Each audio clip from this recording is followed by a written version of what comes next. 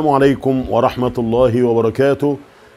رؤية هذه الليلة هو عبارة عن رأيت أنت نارا مشتعلة، رأيت نارا وتريد أن تطفئها، رأيت نار وأطفأتها، رأيت نار في البيت، في المصنع، في المعمل، تخاف ولا ايه تفسيرها؟ اذا كنت رأيت نار مولعة لامعة لهب احمر وازرق ومضيئة، واللي يبقى ماشي كده في الضلمة تهدي الناظرين، خير وبركة لمن رآه. رأيت نارا تأكل المتاع وتحرق الدنيا، دي رمز لعذاب جهنم. انت على معصية، توب الى الله، خاف الله. فإذا كنت مقيما على الذنوب والمعاصي من الآن بعد هذه الرؤية توب إلى الله سبحانه وتعالى.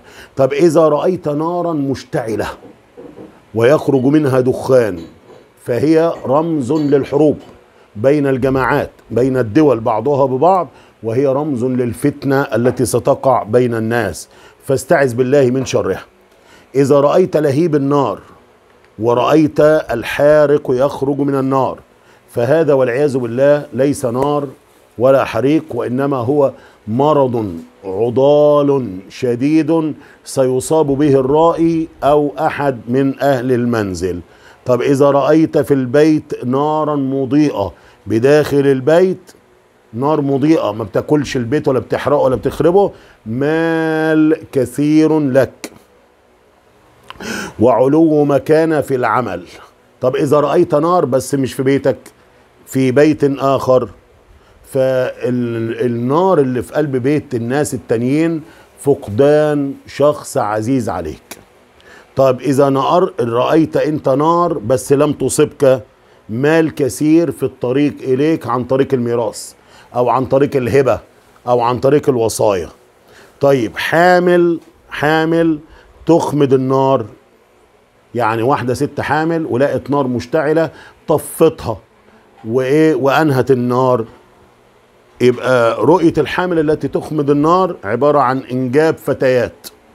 طب نار للمتزوجة، قالوا حمل وبشارة بالإنجاب إذا رأتها بدون لهب.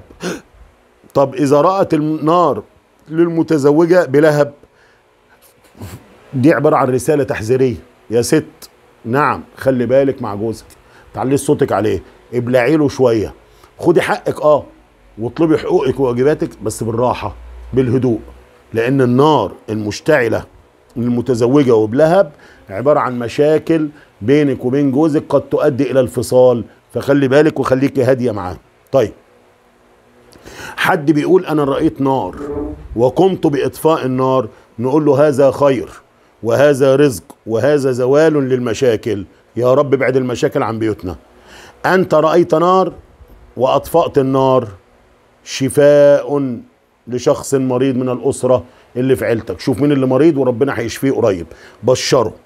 طيب أنت أطفأت نار وكانت فيه حامل ترى الدخان، يبقى إذا كانت فيه هناك حامل ورأت نار ورأت دخان بس ما أصابتهاش، قرب ولادة ميسرة غير معسرة، فاحمد الله واشكريه.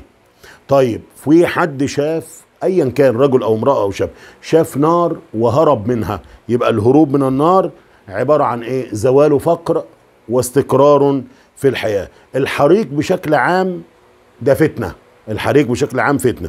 طب رؤية الدخان حسد وكثرة حساد وحقدة.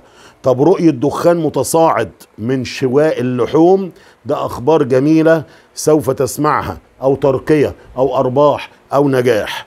نار السيجارة للعزباء وتدخينها وهي لا تدخن سوف تتعرض للظلم من الناس، وأنا أسأل الله عز وجل أن يكفينا وإياكم شر النيران وشر الحقد والحسد، وأن يجعلنا في أمنه وأمانه وضمانه. اللهم يا ولي الإسلام وأهله مسكنا بالإسلام حتى نلقاك، وصلى الله على نبينا محمد وعلى الآل والصحب وكل تابع مستنير، والسلام عليكم ورحمة الله وبركاته.